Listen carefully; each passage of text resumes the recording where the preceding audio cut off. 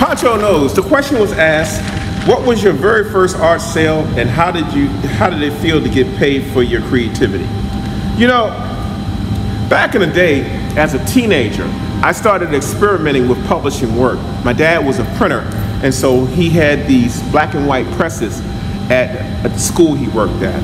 And so what I would do periodically, I would do these paintings, and my dad would take a couple of those pieces and he would just print them at like a decent little, 13 by 19 in size, all black and white back in the day. Nobody could afford to do color, okay? And he would give me 50, 100, 200 of them, and I often was so paranoid to sell them that I wouldn't even show them, okay?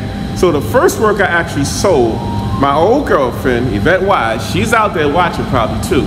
Yvette Wise and I had an argument, and what Yvette Wise did to try to make up for me is she went out and took my stack of prints, took them to the Inner Harbor, and started selling them. That was my first sale. I was 16, 17 years old. That's my first sale. But that was also the first time I let what my father showed me with printing, and this person who was bold enough to get in somebody's face and say, do you want it for a few dollars?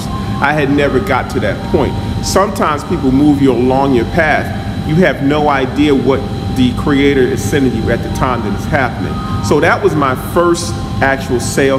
I can't remember what she sold them for. I mean, I think she got $5 for them or whatever. Back then in the 80s, that was a lot of money.